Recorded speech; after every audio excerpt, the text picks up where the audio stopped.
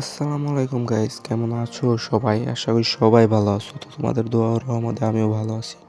তো এখন কিন্তু ভোর 5টা বাজে তোমাদের জন্য ভিডিও নিয়ে হাজির হলাম। তো ভিডিও দেওয়ার মূল উদ্দেশ্য হলো নতুন ভুইয়া পাস কিন্তু গেমে অ্যাভেলেবেল হয়ে গেছে। আর আমি তোমাদেরকে দেখাবো ভুইয়া পাসের ভিতরে কী কী আছে আর ভুইয়া পাস তোমরা কীভাবে নিলে তোমাদের কম ডেমন লাগবে। তো চলো বেশি কথা না বাড়িয়ে ভুইয়া পাসের ভিতরে চলে যাওয়া যাক। তো আমরা কিন্তু ভুইয়া পাসের ভিতরে চলে আইছি। তো দেখো আমার আগের ভুইয়া পাসের লেভেল ছিল কিন্তু 46 লেভেল। তো এখন কিন্তু আমাদের ডিসকাউন্ট দিছে। তো যারা যারা ফার্স্টে নিবা ভুইয়া পাস তাদের কিন্তু 1 ডেমন কম 400 ডেমন লাগবে। আর আমার আগের ভুইয়া পাস পারচেস করা ছিল দেখে আমার এবার কম লাগবে, 319 ডেমন লাগবে। তো দেখো এই জায়গায় কিন্তু একটা লুট বক্স আছে, সুন্দর একটা স্কাই বুটের স্ক্যান আছে একটা।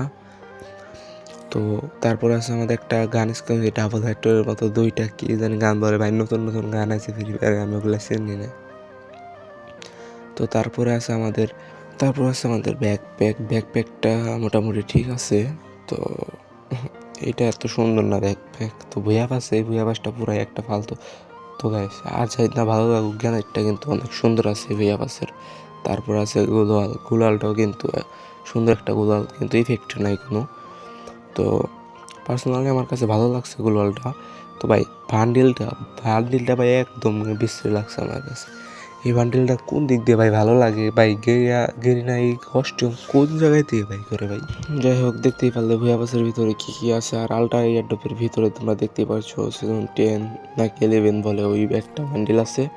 আর ওই যে 15 বেলবার বান্ডিল, আর ওই সিজন 10 ওই যে ফিমেল বান্ডিল এইটা, আর 15 বেলবার বান্ডিল।